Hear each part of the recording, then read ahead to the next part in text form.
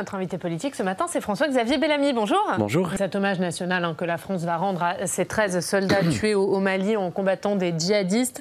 Hommage national cet après-midi et hier dans le journal du dimanche, tribune de Jean-Luc Mélenchon qui dit qu'il faut le retour de nos soldats. Qu'est-ce que vous avez pensé de cette tribune? L'hommage national ne devrait pas être l'occasion d'un débat politique. C'est une nécessité absolue que l'unité que nous devons à ces soldats qui sont tombés pour la France, pour la paix, pour notre sécurité au Mali. La deuxième chose, c'est la question effectivement de notre stratégie au Mali. Pour ma part, il me semble que oui, il serait malvenu de retirer nos troupes du Mali et notamment de les retirer après cet épisode dramatique. Nous ne sommes pas en train de battre en retraite devant un ennemi. Et le fait que 13 personnes soient mortes, que ces 13 soldats aient donné leur vie ne doit pas nous conduire, sans doute ne l'auraient-ils pas voulu eux-mêmes, dans un geste de panique, à annuler toute une opération dans laquelle se joue pour une très grande part notre sécurité, je le disais à l'instant, et l'équilibre de cette région. Accordons-nous sur au moins 2 dimensions fondamentales. Il faut que nos alliés viennent nous renforcer dans la lutte que nous menons au service non seulement de la France, mais de toute l'Europe et de la sécurité du monde. Et puis deuxièmement, je pense qu'il faut penser de façon plus globale la situation sécuritaire dans ce pays, dans cette région. Aujourd'hui, on fait face à des groupes terroristes qui sont difficilement contrôlables sur un territoire immense, mais il faut aussi se poser la question de tous les trafics qui les financent, de tous les moyens qui les soutiennent pour pouvoir tarir la source d'une certaine manière au lieu de s'attaquer seulement à la conséquence. Justement, ça fait 6 ans que les gouvernements, tant sous François Hollande que sous Emmanuel Macron, appellent les Européens à venir au Mali.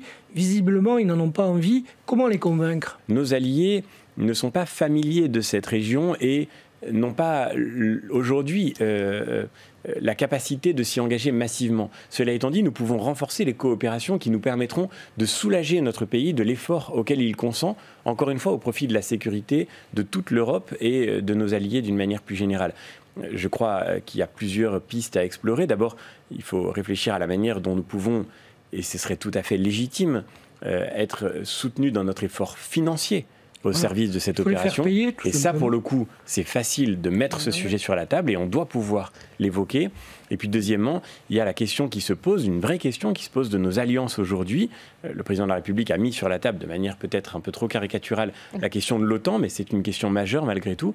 On peut aussi réfléchir à nos alliés africains. Il n'y a pas que les alliés européens qui sont en jeu, il y a aussi la manière dont les autres pays africains doivent pouvoir monter eux aussi en première ligne pour faire face à cette menace. Justement, puisque vous parlez de l'OTAN, est-ce que vous êtes plus sur la ligne d'Emmanuel Macron qui privilégie une défense européenne ou plus sur la ligne d'Ursula von der Leyen, la nouvelle présidente de la Commission européenne, qui, elle, défend l'OTAN?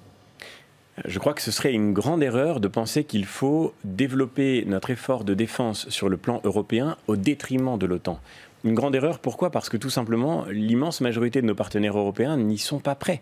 J'étais en Allemagne à la veille de la commémoration de la chute du mur de Berlin, au moment où le président de la République a publié cet entretien dans lequel il dit que l'OTAN est en état de mort cérébrale.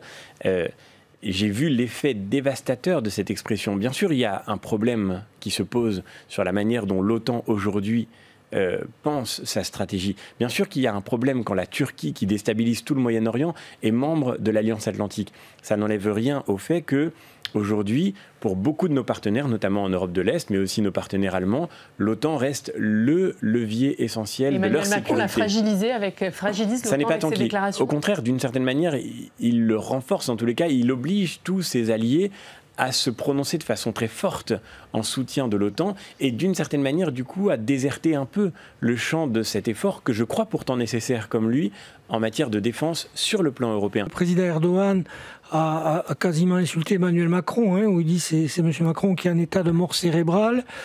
Faut-il exclure la Turquie de l'OTAN et définitivement lui fermer la porte de l'Union européenne? Bien sûr. Évidemment. Et d'ailleurs, il me semble que la situation actuelle l'impose plus que jamais. Pour ma part, j'ai toujours été opposé à l'entrée de la Turquie dans l'Union européenne. Je pense que c'était une fiction absolue.